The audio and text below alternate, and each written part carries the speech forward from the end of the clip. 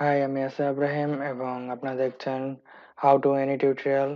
আপনাদের গত পর্বে দেখিয়েছিলাম যে কিভাবে 7zip ডাউনলোড করতে হয় আর কোন ভার্সনটি অ্যাকচুয়ালি আপনার কম্পিউটারের জন্য সুটেবল এবং কোনটি ডাউনলোড করা উচিত ওইটা ওই ভিডিওতে দেওয়া আছে, ডিসক্রিপশনে এটার লিঙ্কটি দেওয়া আছে।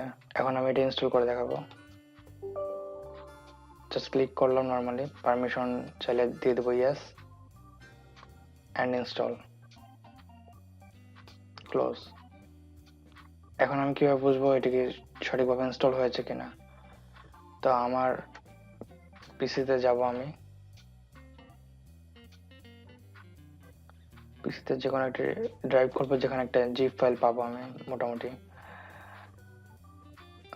সাপোজ আমি এই ফোল্ডারটাকে ধরলাম, রাইট বাটন ক্লিক করলাম,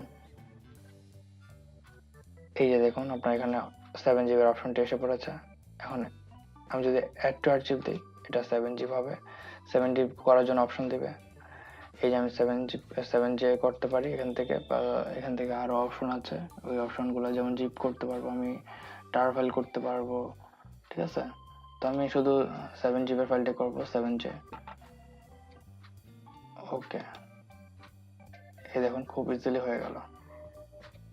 এটাও একটা এক ধরনের জিপ ফাইল, আর এটাও সিকিউর। আপনারা চাইলে এভাবে আপনাদের ফোল্ডারটা জিপ করতে পারেন।